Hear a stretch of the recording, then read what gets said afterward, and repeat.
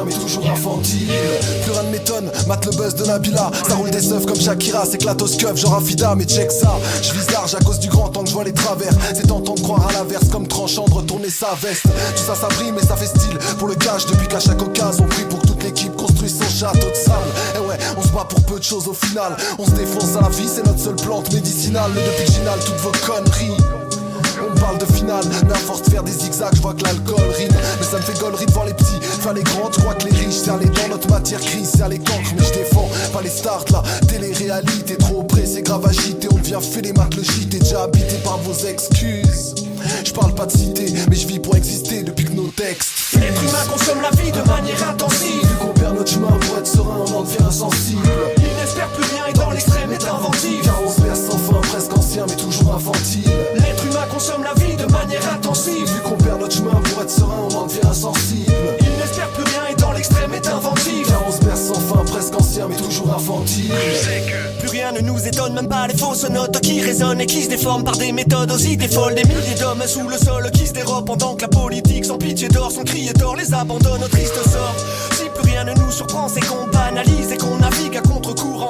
Cataclysme mouvant et tous ces parasites fanatiques qui se nourrissent du fatalisme à la recherche d'un paradis répugnant.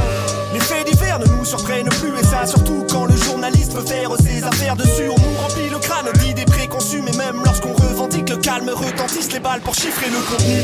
Rabâchage et rabattage de masse, je crois que plus rien ne m'étonne. Même lorsque Zapata ou Ramayad menacent, la sarbacane de l'État me nargue. Les chiens aboient, la caravane passe face aux amalgames tenaces. L'être humain consomme la vie de manière intensive. Vu qu'on perd notre chemin pour être serein, on en devient insensible. Il n'espère plus rien et dans l'extrême est inventif. Car on se berce sans fin, presque ancien mais toujours infantile. L'être humain consomme la vie de manière intensive. Vu qu'on perd notre chemin pour être serein, on en devient insensible. Il n'espère plus rien et dans l'extrême est inventif. Car on se berce sans fin, presque ancien mais toujours infantile. De toute façon aujourd'hui qu'est-ce qui choque, ça c'est dur à dire. Même pas une nonne qui pue la weed ou un gosse dans une Bugatti. On vit cette époque où le plus rapide n'est pas toujours le mieux classé. Plus rien ne m'étonne, encore moins les sommes qui sont brassées.